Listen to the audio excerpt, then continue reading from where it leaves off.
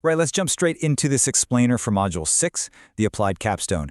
We're pulling all 4 biostatistics levers together today to demystify exactly how you size a clinical trial, start to finish. This is really where the theory hits the real world. We're going to walk through complete, step-by-step sample size calculations for an entire mock trial, showing you exactly how to confidently own these numbers yourself.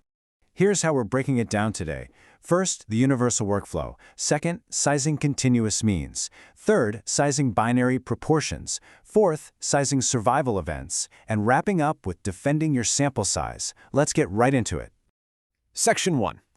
The universal workflow, the foundation of every sample size calculation. Think of this as your 5-step lifeline. Step 1, you gotta gather your inputs, your effect size, variability, alpha, and power. Step 2, you choose the right formula based on your specific data type. Step 3, you just run the arithmetic to find your valuable subjects. Then, Step 4, adjust for dropouts. And hey, quick pro tip here. You always want to inflate this by dividing by 1 minus the dropout rate. Literally never just multiply it. Finally, Step 5, you write a crystal clear, totally defensible protocol sentence. So that brings us to our testing ground for today, the Horizon 2 mock trial. It's actually set up deliberately to use all 3 major data families, just so we can see our framework in action 3 totally different ways. We've got a continuous mean for the 6-minute walk distance, a binary proportion for responder rates, and a time-to-event survival endpoint for heart failure hospitalizations or CV death. It's literally one trial, but we get to see all 3 calculation families at work. Now you've got a whole toolbox available to do the heavy lifting for you here. There are commercial graphic interfaces like PASS and nQuery, which, regulatory agencies absolutely love. Then you've got your free R packages like PWR and GS Design, and obviously the old reliable hand formulas. But here's the thing. Reviewers hold you accountable for the sample size, not the software. A GUI's answer is honestly only as good as the inputs you feed into it. So whatever tool you go with, make sure you verify its defaults and can actually reproduce the headline number. Moving on to Section 2. Sizing continuous means, 6-minute walk distance. Following our workflow, first we identify our target difference, let's say a minimum clinically meaningful difference of 30 meters, and we pull our standard deviation of 90 meters from a pilot study. If you plug those exact numbers into our Step 3 arithmetic, using the standard Z approximation formula, boom, we land on exactly 190 evaluable patients needed per arm. So that's 380 total completers. Now, if you used R's pwr.t.test instead, it might actually spit out 191 per arm just because it uses a slightly different t-distribution correction. But honestly, both approaches are completely defensible. But here is a really crucial point. Variance lives in the numerator of our formula. What does that mean for us? It means if you assume an optimistic, artificially small standard deviation, you're going to falsely undersize your trial, and it will fail. Just look at this comparison. Our honest standard deviation of 90 meters required 190 patients per arm. But what if the true standard deviation out in the wild was actually 100 meters? Well, the math says you'd actually need 234 patients per arm. So just an 11% optimistic error in your standard deviation leaves you short by 44 patients per arm. You'd be roughly 23% underpowered. The major takeaway here, always be conservative with your variance. Section 3 now. Sizing binary proportions, responder rates at week 24.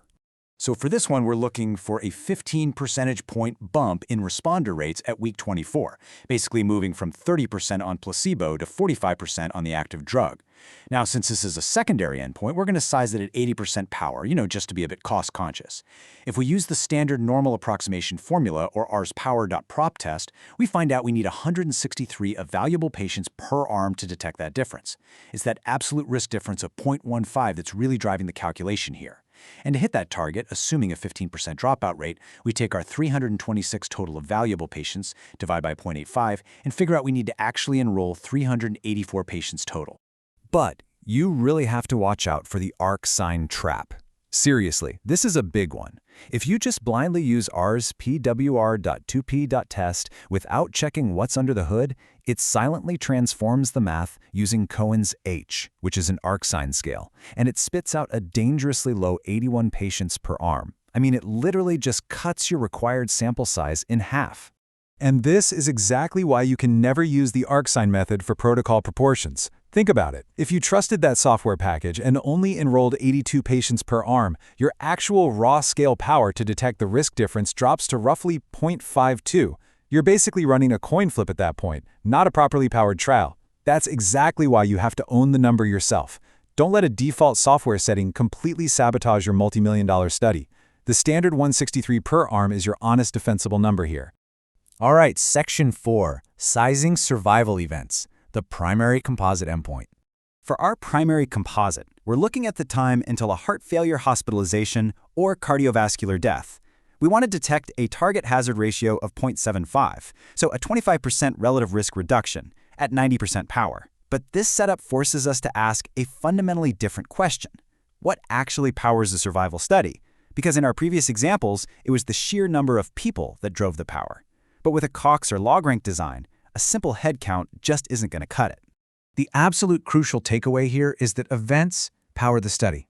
The subjects, they're really just the vehicles delivering those events over time, and this completely flips our workflow on its head.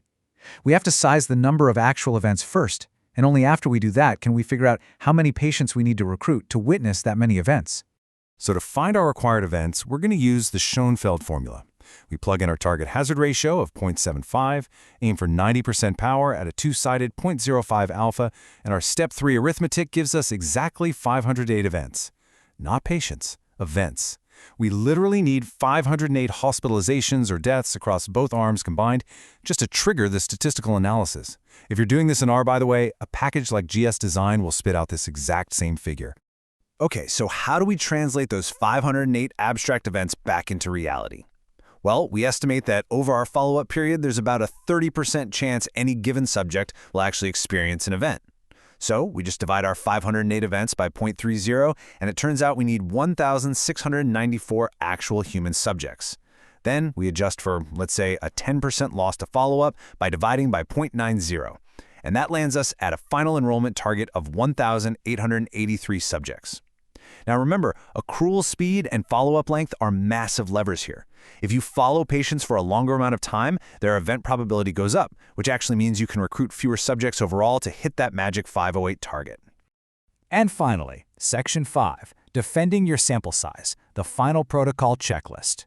So we've successfully sized means, proportions, and events. We know the math checks out. But now, we have to survive ethics boards, funding committees, and some pretty aggressive statistical reviews. If you can tick off this 7-point checklist, I promise you your protocol is virtually bulletproof. First, always state your inputs clearly and source your standard deviation honestly. Second, for proportions, strictly avoid that arc scene trap we just talked about. Third, for survival data, always report the events as the primary driver before you even mention subject headcount. Fourth, never, ever round a sample size down. Even if the math says 18.9.1, you round up to 190. Fifth, inflate correctly by dividing by 1 minus the dropout rate. Sixth, name your specific software tool and the version so your math is 100% reproducible. And seventh, explicitly state both the evaluable and enrolled subject totals. I want to leave you with this core principle of trial design. If you cannot explain it, you cannot defend it. Please don't let a software default make your most critical decisions for you, because when the reviewers come calling, that final number is yours. If you honestly don't know why R or PASS gave you a specific headcount, you're just flying blind. By mastering this universal workflow, you are taking the steering wheel back. So I'll leave you with this question. The next time you sit down to design a multi-million-dollar trial, are you going to let some hidden default algorithm dictate your fate, or are you going to be the one truly in control?